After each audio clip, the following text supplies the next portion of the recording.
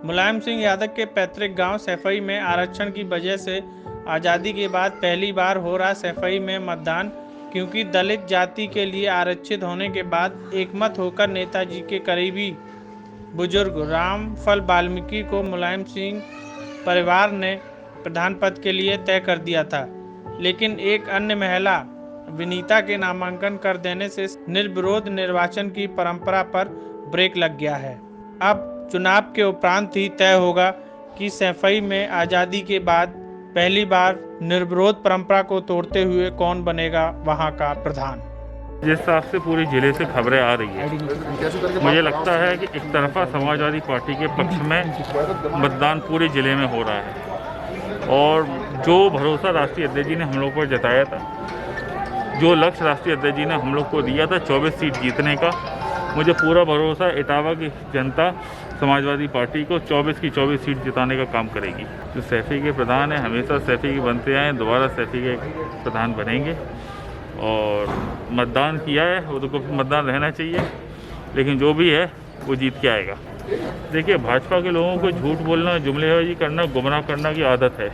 अब यहाँ की जनता पूरी से इटावा की पूरे प्रदेश की जनता उन्हें समझ चुकी है और मुझे पूरा भरोसा है जिस हिसाब से, क्योंकि वो लोग ज़मीनी हकीकत नहीं जान रहे। इस पूरे चुनाव में हम लोगों ने जिस हिसाब से कैंपेनिंग की, हम गाँव गए हैं, तो जनता ने परिवर्तन का मन बना लिया है। पंचायत चुनाव में भी और आने वाले विधानसभा चुनाव में भी जनता भाजपा को हराने के लिए मतदान करेगी।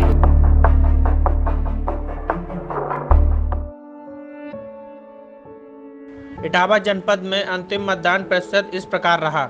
जसवंत नगर में 74.5%, ताखा में 72%, सैफई में 80.35%, बड़पुरा में 71.18%, बसरेहर में 77.62%, भरतना में 77.35%, महेवा में 71.25%, चगननगर में 64% रहा।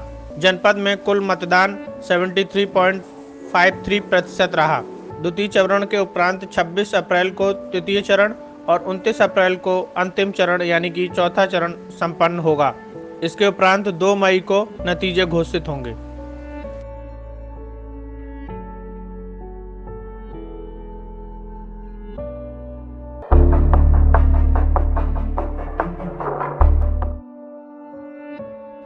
थाना बकेवर के NH2 हाईवे पर मोटरसाइकिल सवार युवक को अज्ञात वाहन ने मारी टक्कर।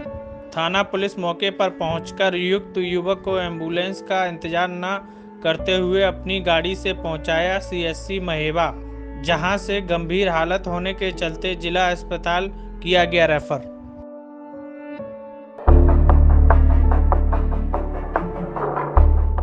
जनपद इटावा के थाना बड़पुरा क्षेत्र के अंतर्गत ग्राम खेड़ा अजब सिंह में प्रत्याशियों के समर्थकों के बीच हुआ आपसी विवाद। उक्त घटना के संबंध में थाना बड़पुरा पुलिस द्वारा आवश्यक वैधानिक कार्रवाई करते हुए 4 लोगों को हिरासत में लिया गया। मतदान सुचारू रूप से रहा चालू एवं मतदान केंद्र की वर्तमान स्थिति रही सामान्य।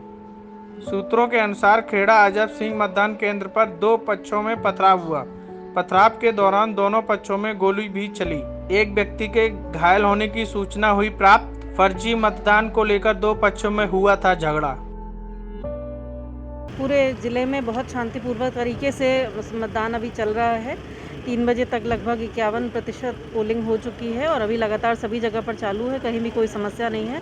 सुबह से हमारे सभी पुलिस मजिस्ट्रेट्स और हमारे मजिस्ट्रेट सभी राउंड पर हैं। हम लोग भी सुबह से ही घूम रहे हैं, कहीं कोई इशू नहीं। मतलब खेड़ा अजब सिंह में कोई सूचना आई थी कि 2 पक्षों में विवाद हुआ, क्या मामला था? गांव में कहीं पोलिंग बूथ के आसपास कुछ नहीं हुआ। गांव में कुछ छोटा सा विवाद हुआ था, आपस में लड़ाई झगड़ा हुआ था, वो निपट गया है और अब शांतिपूर्वक मतदान चल रहा है। अभी हम लोग वहां विजिट करके भी आ रहे हैं।